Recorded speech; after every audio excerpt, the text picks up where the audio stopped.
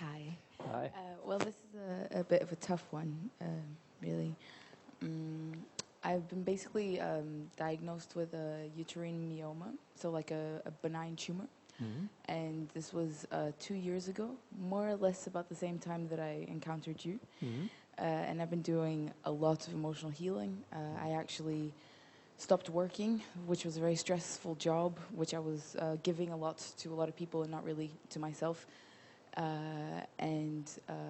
Well, Can I ask where the tumour was again? in my uterus, so Uterus, second yeah. chakra. Okay.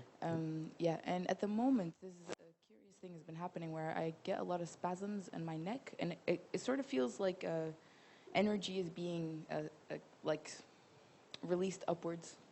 Like now, you guys were talking about lots of things that were triggering me, and I could definitely feel my neck like spasm. Felt like a release of energy. Yeah. I'm just wondering if this is. If you just hold that mic up a bit, then that's it. I'm wondering if this is. If it's something that's actually happening, is it energy being released and healed, or is the spirits basically playing with my head? Well, what's happening, I feel, for yourself is that every time you hear me talk about mothers, Yes. you have this feeling come up in you, right? Mm-hmm. And basically, when I was talking, what was your name? Catherine. When I was talking to Catherine,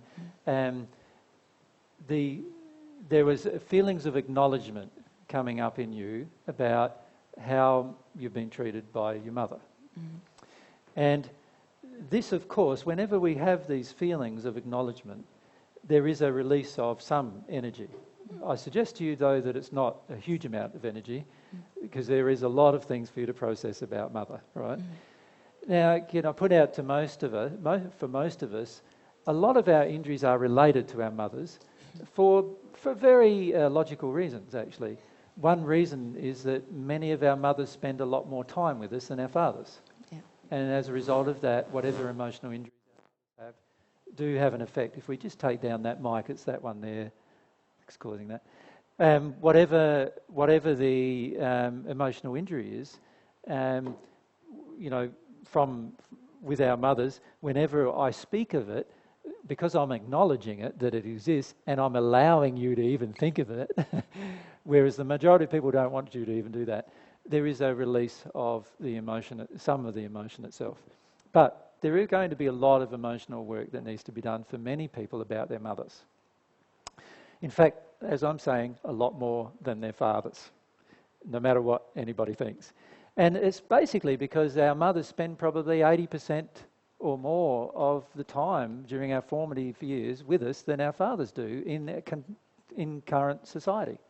The reality is our fathers go off to work, usually in your society, by 6 or 7 in the morning, they're gone, and, the rest of the family really doesn't see them until they get home, 10 hours later, generally.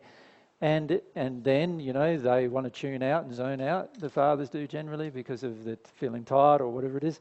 And as a result, a lot of children never get to spend a huge amount of time with their fathers, and so therefore they also never get a huge amount of emotional injuries from them, right?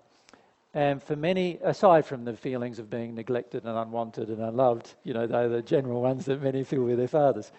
With their mothers, it's a lot more complicated because they feel loved and they feel wanted from their mothers, but at the same time, their mothers often have a large amount of codependent addictions with their children, a lot of what you would classify as belief systems that are imposed by the mother onto the child and so forth. And a lot of your problems in your second chakra are about your willingness to agree with your mother about a lot of her belief systems in order to compromise yourself. And you compromise yourself doing so. The reason why this area frees up is because you feel a strong desire to tell her, but you don't feel like you can. Is that not correct? Yeah. So sometimes you get enough courage to tell her, and then there's a fight or an argument or her detunement, usually one of those things. And so, you can speak. Mary's got the mic. Okay.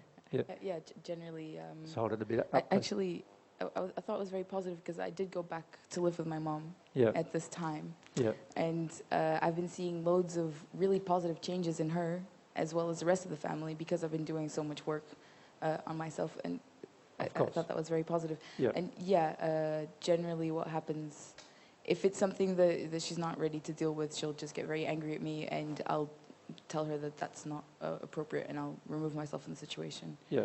Yeah. But there is a deep underlying fundamental beliefs about being a woman that you're not facing about all of these matters, right? And how many of you ladies don't want to be like your mothers? Almost all of you. It's interesting in itself, isn't it? Like how much emotion that we have. See, if we really admired our mothers and respected our mothers and thought they were beautiful people and everything, really at the core level, we'd probably want to be like them or similar to them in terms of qualities.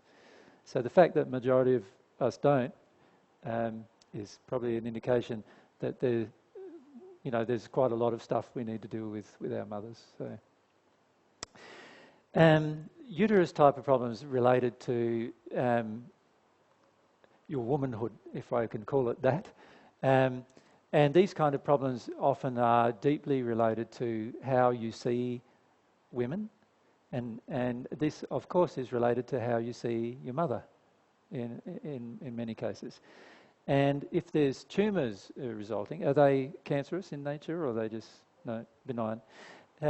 If there's tumours, benign is if it's benign, then it's just a growth, if you like, that's occurring that's harmless in one sense. They can be harmful, obviously, but they're harmless in one sense in that they're not eating away yourself, which is a lot of what causes things like cancerous tumours.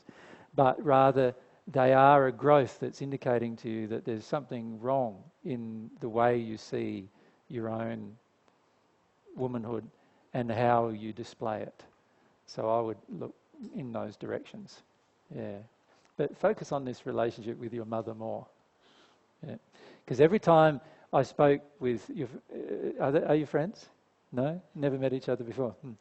Every time I spoke to Kathleen about her mother, there was this acknowledgement inside of you, which is you could feel fairly strongly, which means that you are not allowing yourself to acknowledge these things in day-to-day life.